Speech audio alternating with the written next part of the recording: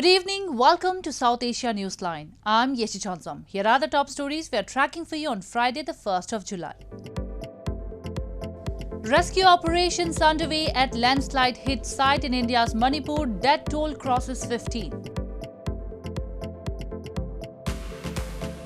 Taliban leader hails Afghan victory at gathering to forge national unity.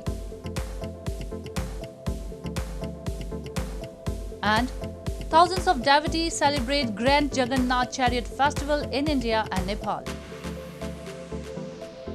And now for all the details. Rescue workers were engaged in finding survivors on Friday from the rubble, a day after a massive landslide hit a railway construction site in Noney town of India's northeastern Manipur state.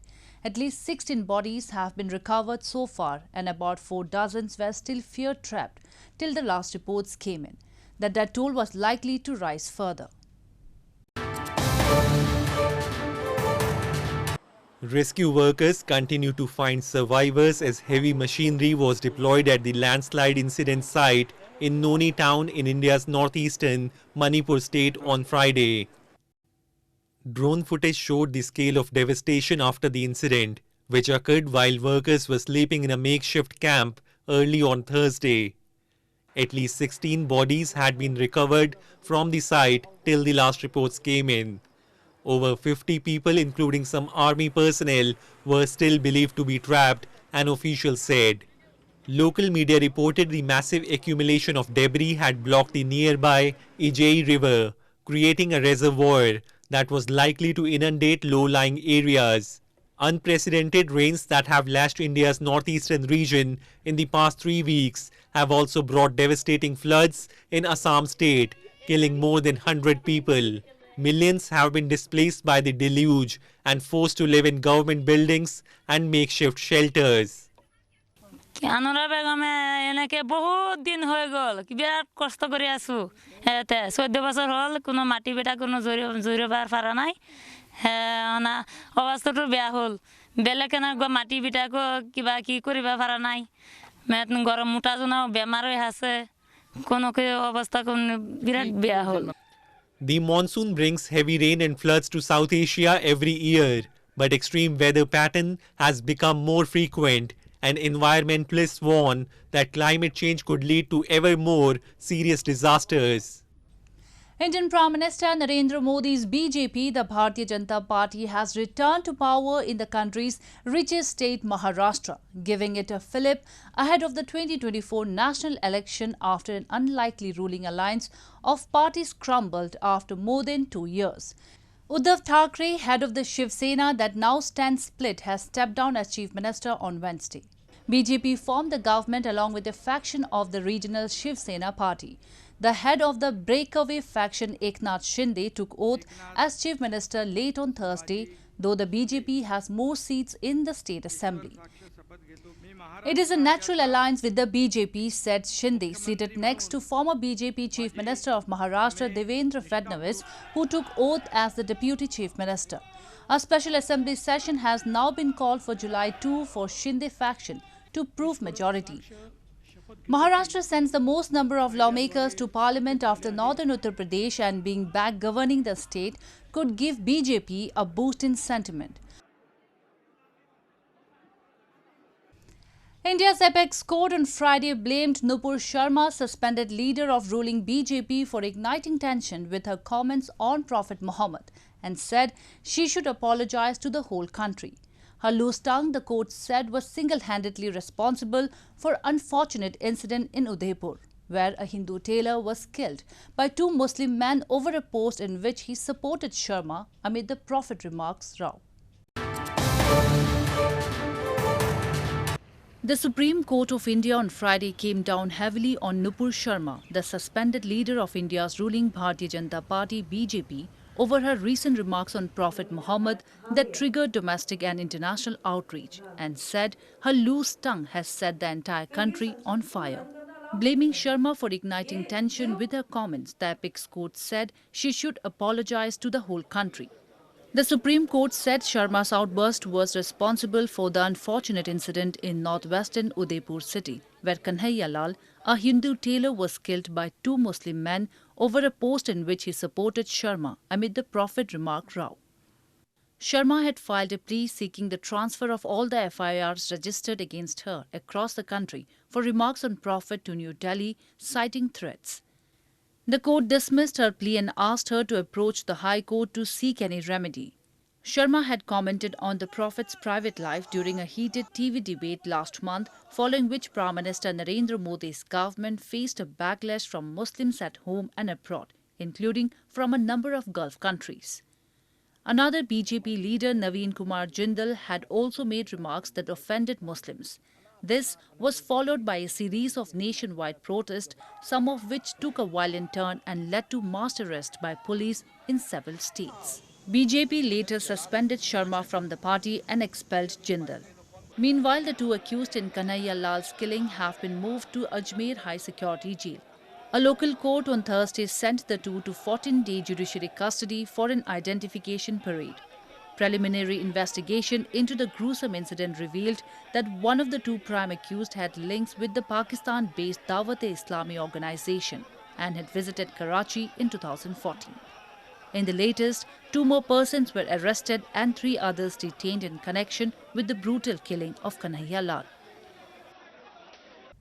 In news from Pakistan, the Pakistan government has once again increased fuel prices to a record high to implement the tough conditions set by the International Monetary Fund for a bailout program. Slamming the decision, opposition PTI chairman Imran Khan said, instead of finding alternatives, the government is putting unbearable burden on the masses. The Pakistan government steeply hiked fuel prices for the 4th time in a month on Thursday to implement the tough preconditions set by the IMF International Monetary Fund to revive the stalled $6 billion bailout package for the cash-strapped country. The recent hike will put an additional burden of nearly rupees 15 to 18 per litre on the masses. Beginning July 1, petrol prices cost rupees 248.74 per litre, followed by diesel at rupees 276.54. Finance Minister Miftah Ismail said the move was needed to revive the IMF program, suspended 4 months ago after the previous government led by ousted Premier Imran Khan reneged from signed agreements. Now in the opposition, PTI party chairman Imran Khan on Friday slammed the government over the hike. He said that instead of buying cheaper oil from Russia, the imported government continues to put an unbearable burden on the masses. He urged supporters to join protests by PTI against the hike in Islamabad on Saturday. The South Asian nation desperately needs the IMF funding as it has been in the grip of a financial crisis, with foreign exchange reserves held by the central bank falling as low as $8.2 billion and the Pakistani rupee at record lows against the US dollar. Moving on, the rising cases of suicides in Gilgit Baltistan have become a cause of worry for the locals as many youngsters are resorting to dying by suicide due to depression and domestic violence in the region, which is suffering with no development and lack of employment opportunities. Locals in Ghizer district said mental illness appears to be the primary cause of suicides among the youth, while unemployment and poverty are considered significant influences. They accuse the authorities have failed to make any preventive services available. The people of Gilgit Baltistan have long blamed that Pakistan government is hardly bothered about the concerns and aspirations of the people in the territories under its illegal occupation, and has failed to develop tourism and other sectors that generate employment. Depression की जो बीमारी है, जो जहनी अमराज हैं, एक बहुत बड़ी वजह है सुसाइड के पीछे। फिर यहाँ पर घरेलू तशद्दुद के जो वाक़यात होते हैं, इसकी वजह से भी सुसाइड के केसेस सामने आ जाते हैं। और दूसरी वजह ये है कि डिस्ट्रिक्ट गिज़र के अंदर जो इस तरह के वाक़यात पेश आ रहे हैं, इसके पीछे एक और मेन वजह बहुत सारी चीज़ों में इंट्रोगेशन नहीं होता। In news from Afghanistan, the reclusive supreme leader of the Afghan Taliban, Haibatullah Akhundzada, hailed the Islamist 2021 takeover of Afghanistan during a meeting on Friday called to forge national unity and attended by religious leaders from around the country. Akhundzada, who is based in the southern city of Kandahar, had come to the capital Kabul for the all-male gathering that began on Thursday. praised Taliban's victory last August, which ended the 20-year-old rule of Western-backed government. The Afghan economy has plunged into crisis as Western governments have withdrawn funding and strictly enforced sanctions, saying that the Taliban government needs to change course on human and women's rights. In Thursday's speech, Akhundzada said the group wanted peace and security and that neighboring nations had nothing to fear. At least one participant had called for girls' high schools to be opened, but it was unclear how widespread support was for that proposal. Taliban spokesman Zabihullah Mujahid said that they would respect the decisions of those at the meeting, but the final say on girls' education was up to the supreme leader. Home to 22 million people, Sri Lanka is battling its worst economic crisis in decades, after official data showed that food inflation rose 80% compared to last year. Sri Lankans on Friday said life was becoming increasingly difficult, while the government struggles to stabilize the nation. Residents in Sri Lanka's capital Colombo said on Friday life was becoming increasingly difficult after official data showed that food inflation rose 80% compared to last year. Sri Lanka's inflation rose to 54.6% in June, its statistics office said on Thursday, compared to the previous high of 39.1% in May. Price increases were significantly driven by food inflation, it added.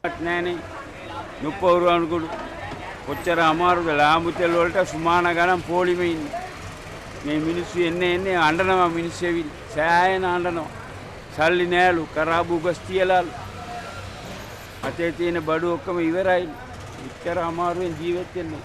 A group of lawyers staged a peaceful anti-government protest, the latest in a series of street demonstrations that have been ongoing for weeks. Doctors, medical staff and people of various professions marched on Wednesday to demand the government resolve a severe fuel shortage. I really want to tell the people of this country, we will stand with you, please come to the street, we will fight against these corrupt politicians. They have ruined our country for decades. Now we can't bear, we can't tolerate anymore. We need a better country. Sri Lanka is facing a severe financial crisis brought on by a dollar shortage that has left it struggling to pay for essential imports of food, fuel and medicine. The International Monetary Fund said talks with the island nation had been constructive on Thursday, raising hopes it would soon grant preliminary approval for a financial support package. Thousands of devotees from all walks of life gathered in Puri district of India's eastern Odisha state on Friday to participate in the annual Jagannath Puri chariot festival, which is taking place after a hiatus of 2 years due to COVID-19 pandemic. The festival will culminate on July 9th. Thousands of devotees from across the country gathered in Puri district of India's eastern Odisha state as the 9-day-long Jagannath Puri Rath Yatra or chariot festival commenced on Friday after a COVID-induced hiatus of 2 years. The chariots carrying idols of the Holy Trinity, Hindu god Lord Jagannath and his siblings Balbhadra and Devi Subhadra were decked in bright colors and adorned with flowers as the gods set out for their journey. Devotees jostled with each other to touch the over 40 feet high chariots amid chants and beats of gongs while artists performed folk dance. The annual festival will conclude on 9th of July. 2 साल बाद हम यहाँ पर आ रहे हैं, बहुत खुशी हो रही है देख करके लोगों की श्रद्धा, आस्था और उसका विश्वास आज तक जगन्नाथ जी पर वैसा ही बना हुआ है जैसा हमेशा से था। बलभद्र, सुभद्रा जी और जगन्नाथ जी के रथ को खींचने के लिए लाखों की भीड़ में पूरी दुनिया से कहिए, पूरे भारत से कहिए, सारे लोग यहाँ इकट्ठा हुए हैं।